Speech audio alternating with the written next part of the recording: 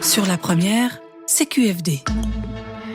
34 petits et grands secrets de l'univers, c'est donc le titre du livre que vous nous présentez ce matin, Stéphane Delettraux. Oui, en quelque sorte une version contemporaine et papier du cabinet de curiosité scientifique. Alors un livre drôle le plus souvent qui regorge d'anecdotes, histoire de rendre accessibles et moins arides des thèmes aussi sérieux et complexes que la relativité générale, la naissance de l'univers, le fonctionnement d'une étoile ou l'antimatière. Un livre publié chez Belin et signé Théo Drieux. Théo Drieux est médiateur scientifique et co-créateur de Balade Mentale, une chaîne YouTube aux tout de même quelques 560 000 abonnés. Ah ouais, quand même, ouais. Bonjour Théo Drieux. Bonjour, merci de m'avoir invité. Mais merci à vous d'avoir accepté de nous répondre, parce qu'en plus vous n'êtes pas du tout en France, hein, paraît-il, vous êtes dans le nord de l'Europe, là. Oui, je suis dans le Grand Nord. Je suis allé me ressourcer sous le froid, la grisaille et l'absence de soleil. Bon, on fait pas toujours ce qu'on veut dans la vie. Enfin, voilà. Alors, est-ce qu'on peut dire, Théo Drieux, pour revenir à votre livre quand même, que 34 petits et grands secrets de l'univers, c'est en quelque sorte la version papier de thématiques que vous traitez sur votre chaîne ? Oui, on peut dire ça. La version papier des digressions qui me porte depuis tout petit, en fait, une façon de regarder le monde et de me poser des questions sur un peu tout et n'importe quoi. Et le parallèle avec le cabinet de curiosité est assez juste. C'est un peu comme ça que je fonctionne. Je vais picorer à droite, à gauche. Alors on commence avec la ligne du temps, hein. Anne, Sylvie, vous le savez, il est difficile parfois de bien visualiser les ordres de grandeur lorsqu'elles sont très importantes, qu'elles se calculent en milliards d'années ou d'années-lumière. Si l'on concentre le temps qui s'est écoulé entre la création de l'univers et aujourd'hui en une seule année, Théo Drieux, quand émergera, je vais vous donner quelques repères comme ça, la vie, Homo sapiens, le christianisme et l'époque moderne?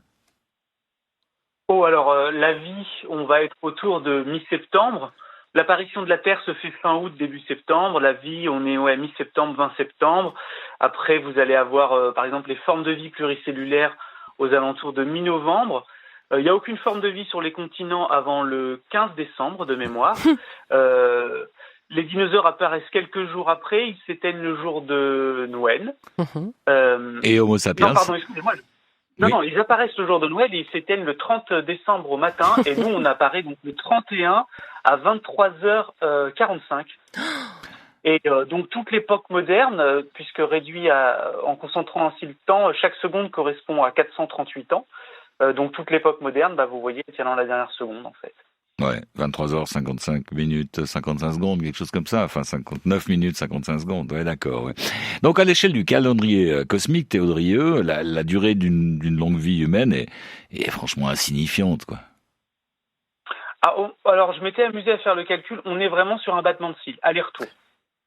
D'accord. Alors, difficile aussi de bien se représenter les distances qui séparent, on le disait, la Terre des autres planètes, étoiles et galaxies. Alors, vous avez imaginé que l'on réduise le Soleil aux dimensions d'un globule blanc. Quelle serait, à toute proportion gardée bien sûr, à ce moment-là, la taille de la Voie lactée? Alors, on est à peu près à quelque chose de l'ordre de l'Europe, ou des États-Unis, ou de la Chine, en termes de superficie. Donc, si le Soleil avait la taille d'un globule blanc, donc d'une cellule de notre corps, la Voie lactée, donc notre galaxie, serait en gros grande comme l'Europe. C'est ça. Difficile à se représenter, hein, quand même, quoi. Oui. On reste dans l'espace, on va dire un petit mot sur la Lune, où les hommes ont laissé des traces de leur passage. On passe bien évidemment aux traces de pas, mais il y a d'autres choses bien plus étonnantes. Oui, alors c'est des choses plus anecdotiques, mais qui sont aussi, je trouve, assez chargées poétiquement. Alors on y trouve une balle de golf, par exemple, qu'Alan Shepard avait emmené. Donc il s'est fabriqué un golf lunaire avec un peu de briques et de broc pour s'essayer au golf là-haut avec une gravité différente. On y trouve une plume de faucon aussi.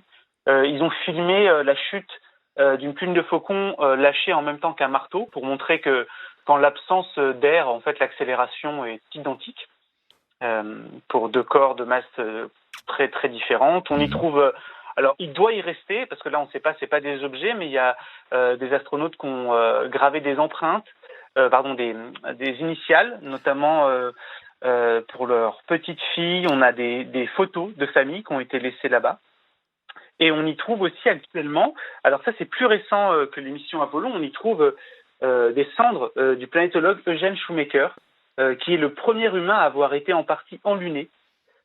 En fait, ces cendres, enfin une toute petite partie de ces cendres ont été amenées dans une sonde spatiale qui s'appelle Lunar Prospector, qui s'est écrasée donc volontairement sur la Lune en 1999 avec un tout petit peu des cendres d'Eugene Shoemaker. Ouais. On y trouve aussi quand même quelques véhicules électriques en très bon état qui ont très peu roulé, mais dont la batterie malheureusement doit être à plat depuis un moment. Hein, oui, alors, depuis un bon petit moment. Alors les conditions qui règnent sur la Lune, en fait, ça fait que ces traces sont bien conservées. Elles resteront encore vraiment longtemps. Hein. Ah oui, on estime que une empreinte de pas peut tenir 1 à 2 millions d'années. Alors en fait, il y a bien un phénomène d'érosion spatiale dû à des particules de haute énergie qui viennent de temps à autre où les vents solaires frappaient la surface de la Lune. Mais en l'absence d'atmosphère, vous n'avez pas d'érosion, pas de vent, pas de pluie, pas de tectonique des plaques. Et tout ça fait que c'est un peu comme figé dans le temps.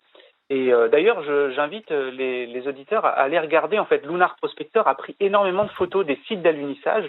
Et c'est assez émouvant parce qu'on peut voir les empreintes de traces, les traces laissées par les rovers, les sites d'alunissage. Alors, on n'a pas la résolution pour voir les empreintes de pas, mais on voit énormément de mouvements, en fait, qui sont encore imprimés 60 ans après, quoi. Un mot sur le chapitre intitulé Voyageurs immobiles, un chapitre intéressant par les temps qui courent avec des déplacements parfois un peu contrariés. On peut faire le tour du monde restant assis sur son canapé. Il vous suffit d'attendre 24 heures. Évidemment. Voilà. Vous pouvez faire le tour du soleil en 1 an, c'est relativement facile. Mais non, mais j'aime bien penser en fait aux vitesses qu'on a actuellement. Alors les vitesses sont toujours relatives par rapport à un autre objet, mais là en fait, si vous me donnez 1 seconde pour en parler, le temps qu'une seconde s'écoule et vous avez déjà fait 30 secondes autour du soleil. 30 km, pardon, 30 km par seconde, et c'est une vitesse qui est vraiment considérable. En fait, c'est 30 fois plus rapide qu'une balle de fusil. On reste à la vitesse avec un fait qui m'a vraiment étonné. Je lisais que la couleur de l'or est liée à la vitesse de ses électrons. Oui.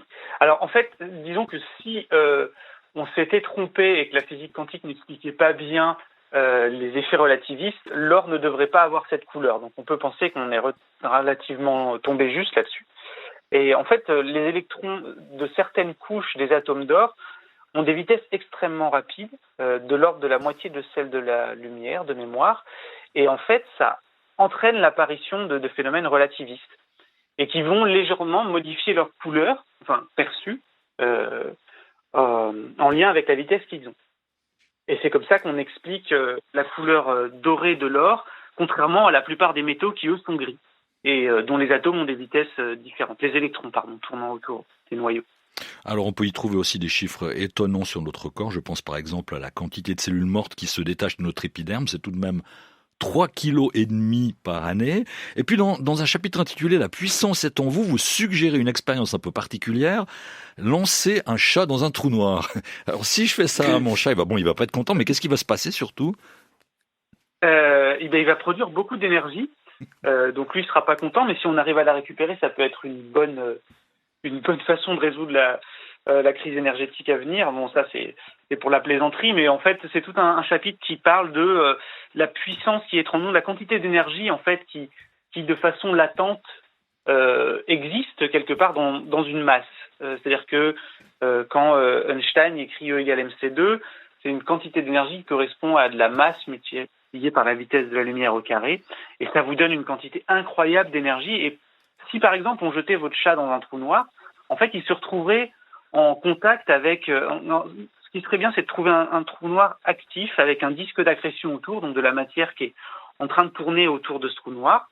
Et les trous noirs qu'on a pu observer, qui ont ces caractéristiques, ont des matières qui tournent autour à des vitesses incroyables. Je crois que c'est quelque chose comme 120 000 km par seconde.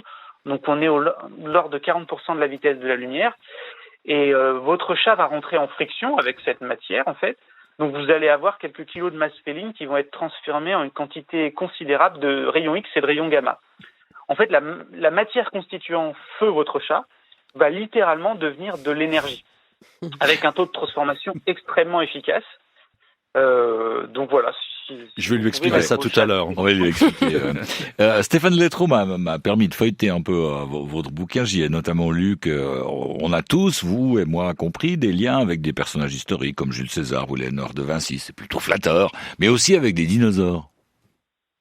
Ah oui, en fait, alors ça dépend de quel point de vue on se place. Si on se place du point de vue d'une molécule d'eau, il y a énormément de molécules d'eau. Il y a peu de phénomènes chimiques en fait qui brisent les liaisons entre les atomes d'hydrogène et d'oxygène qui constituent les molécules. Et en fait, elles sont très stables et elles se promènent dans le grand cycle de l'eau depuis des millions d'années. Donc elles sont passées sûrement dans la nervure d'une feuille, dans l'œil d'un poisson, retournées à l'océan, dans les nuages et ainsi de suite.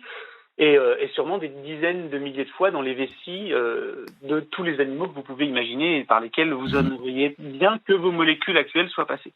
Et on peut s'amuser à remonter ça encore plus loin avec les atomes qui, eux, ont été formés pour certains dans le cœur de certaines étoiles, pour d'autres dans le cœur d'étoiles plus petites ou plus grandes. Et c'est une façon, je trouve, assez amusante de nous sentir reliés à la grande histoire, en fait, qui nous a précédés. Pour conclure et rapidement, Théo Drieux, une expérience qui a été menée, c'est d'estimer une durée de 3 minutes.